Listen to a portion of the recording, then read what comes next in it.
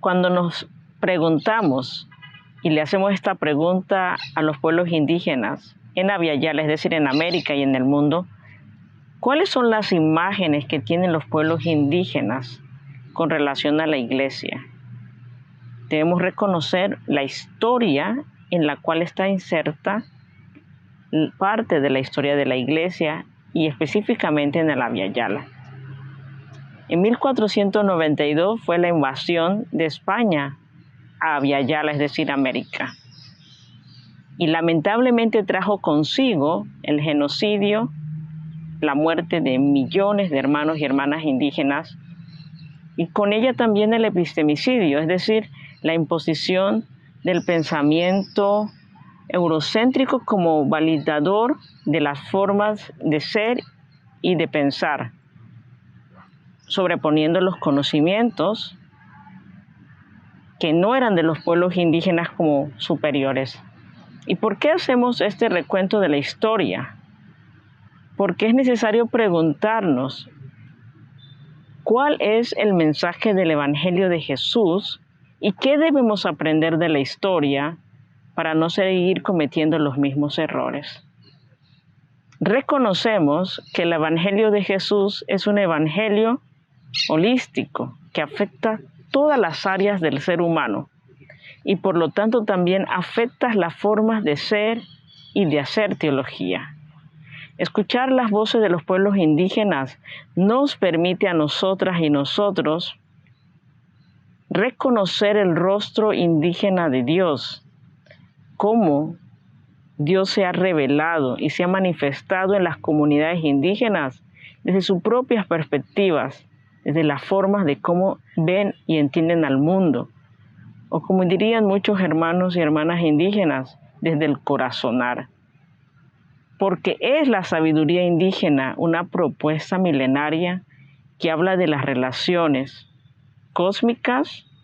A esto me refiero a las relaciones con los seres vivientes, a las relaciones con los seres humanos y a esta relación también con la divinidad. Escuchar las voces indígenas nos permite también conocer el universo simbólico de las comunidades indígenas. Nos permite también aprender de otras formas de vivencia y por lo tanto de cosmovivencia en este camino de reconciliación en donde estamos caminando juntas y juntos en el reino de Dios. Escuchar las voces indígenas nos permite también plantearnos preguntas de cómo el espíritu de vida ha estado entretejiendo en las comunidades indígenas, en el Abya-Yala y en el mundo entero. Y de qué manera este entretejido del espíritu de vida nos permite ser mejores seguidores de Jesús.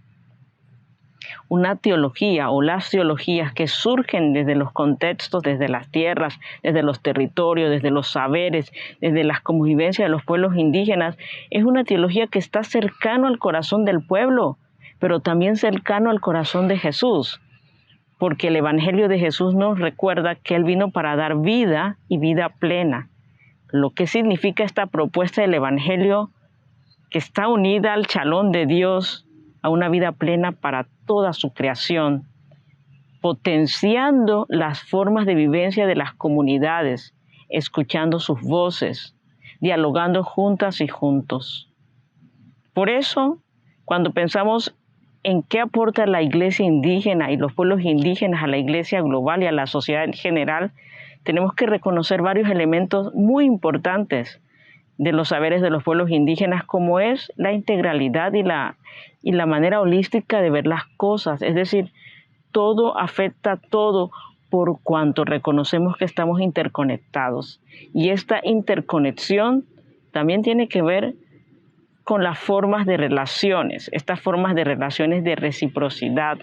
de reconocer que nosotros damos, pero también recibimos. Esta propuesta de la ética de vida de los pueblos indígenas, del buen vivir, que están relacionados con el buen saber, el buen decir, el buen obrar, muy cercano a la propuesta del Evangelio de Jesús de la vida plena. Probablemente argumentada, entretejida desde otras formas de pensar, pero que en la esencia refleja lo que Jesús quiso mostrar, la vida plena para todos y todas. Por lo tanto, las teologías indígenas en el Abya Yala nos permiten también reconocer el proceso de cómo el espíritu de vida ha hecho memoria y memorias con las comunidades indígenas.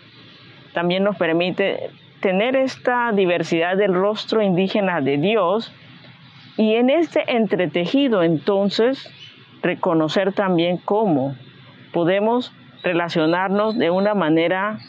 saludable, de una manera donde fortalezcamos nuestras relaciones, pero también donde potenciemos los dones que ya existen en las comunidades indígenas.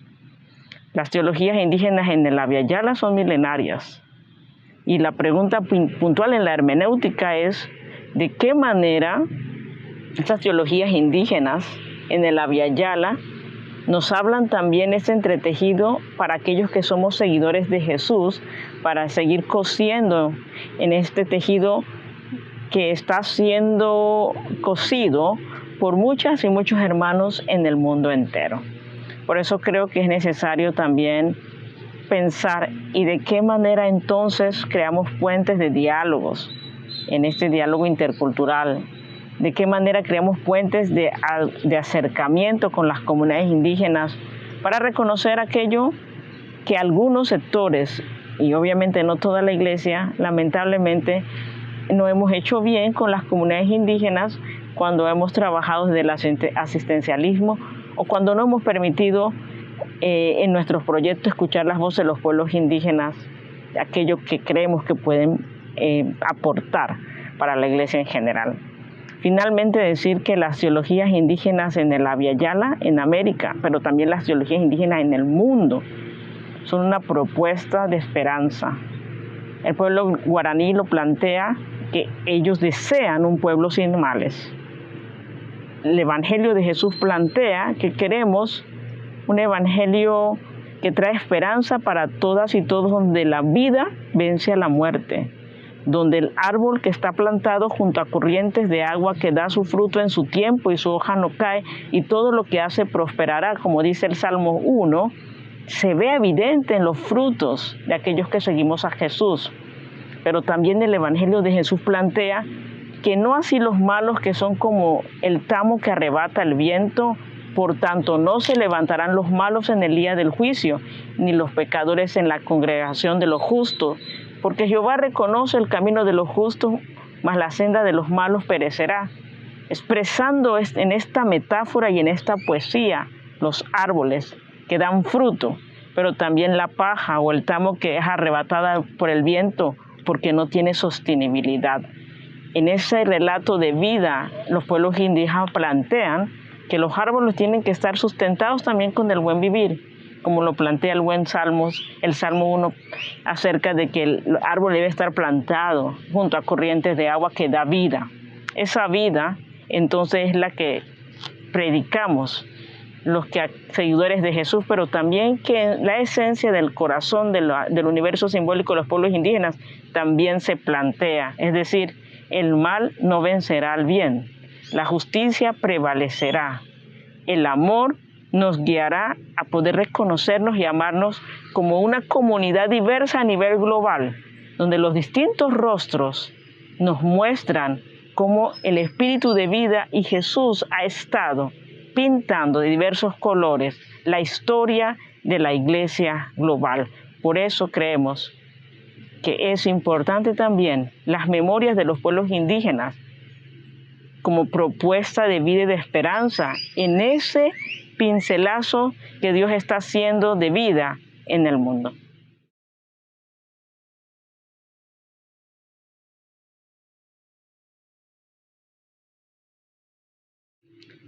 Seguir a Jesús implica vivir una vida de justicia. Esta vida de justicia que está planteada en las narrativas de la Biblia. Es decir, que la justicia como un valor intrínseco y extrínseco del corazón del Evangelio. Jesús nos plantea en el Evangelio que Él vino para dar vida y vida plena, es decir, vida en abundancia. Cuando pensamos en Jesús y en su propia vida, podemos ver que un joven nazareno, pues las personas se preguntaban, ¿y es que de Nazaret puede venir algo bueno? Y es que en el imaginario colectivo a veces nos pensamos muchas veces, es que de los pueblos originarios, puede surgir algo bueno. Y obviamente la respuesta es sí, porque el mismo Jesús nos muestra en su evangelio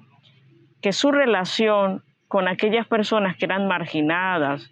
y que eran excluidas, ya sea por el imperio imperante o ya sea por las teologías imperantes y aún por las formas de entender el reino de Dios, nos muestra su relación muy cercana, primero aprendiendo de la tierra, con sus parábolas fascinantes, estas parábolas que expresan las formas de pensar y de sentir de Jesús. Por ejemplo, como la parábola del sembrador. El sembrador salió a sembrar. Esta relación muy cercana con la tierra, su teología de la tierra, pero también como un gran observador de las aves. Sabía qué tipo de aves y lo que él enseñaba como maestro, que las aves tienen que comer porque el Padre les da alimento, o las flores se visten con las mejores prendas y ropas porque el Padre les viste. De esta misma manera, reconocer a Jesús en su relación, en el contexto donde estaba, con su teología de la tierra, también planteada a partir de las realidades sociales que vivían en esa época. Gente enferma, con un sistema de salud precario, los gobernantes oprimiendo a los más débiles con los impuestos, las relaciones en la familia quebrantadas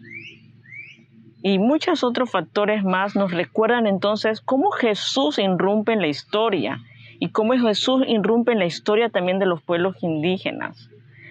planteándonos que camina con las comunidades indígenas desde sus luchas, desde las realidades de hoy día acerca de las realidades como el cambio climático que afecta a miles y miles de hermanos y hermanas que son desplazadas de sus propios territorios hacia las ciudades y donde sus tierras ahora no producen por causa de los monocultivos, de las grandes empresas que roban y chupan la sangre de los territorios indígenas. Por eso pensamos en un Jesús que denuncia el mal, pero que también anuncia el bien, anuncia la buena nueva. Este Jesús que nos permite a nosotros como comunidades indígenas también reconocerle en nuestros lamentos, en nuestras tristezas, en nuestras celebraciones y en nuestras propias ceremonias. Jesús que vivió también su ritualidad y sus ceremonias, siendo un joven judío, Galileo, pero pensando en su propia realidad, cómo él vive sus ceremonias, las practica y no se aleja de ella, pero sí tiene un mensaje central. Su mensaje es que dar a conocer cuál es el mensaje de su Padre. Los pueblos indígenas pueden, a partir de sus propias experiencias, rituales, ceremonias, que expresan esta relación de armonía con la tierra y con la divinidad, y entre ellos mostrarnos formas de vivencias que nos ayuden con propuestas muy puntuales, propuestas que pueden darnos nuevas maneras de repensar la fe y de vivir la fe. No hay Jesús sin ritualidad, pero también reconocemos que este Jesús al cual seguimos nos alienta a los hermanos y hermanas indígenas a vivir nuestra fe desde quienes somos. Porque una vez más recordamos que si el Evangelio es vida plena y si el chalón de Dios está en toda la creación, entonces también el Espíritu de vida ha exhalado su aliento en la vida de los pueblos indígenas y en las maneras de cómo han construido las sociedades, porque también hay que aprender de la tierra para vivir en esta casa común al que el pueblo Kuna le llama Natguana, es decir, el corazón de la madre y del padre, es decir, una tierra sagrada a la cual nosotros la entendemos como mamá, porque recibimos el alimento de ella, somos germinados de ella y al morir cultivados en ella. Este es el desafío, entonces, una hermenéutica de Jesús, una hermenéutica desde la vulnerabilidad, mostrando quién era como ser humano, pero como un ser humano que reconocía su identidad y vivía el mensaje de vida a partir de los valores del reino de Dios. De esta manera, los pueblos indígenas también tienen mucho que aportar a la iglesia global y como seguidores de Jesús, aprender este Jesús que era originario de un territorio, de un pueblo y que vivió su fe desde quién era, desde su identidad, pero también desde su espiritualidad como alguien apasionado por los valores de su padre. Docus Noedi, muchas gracias.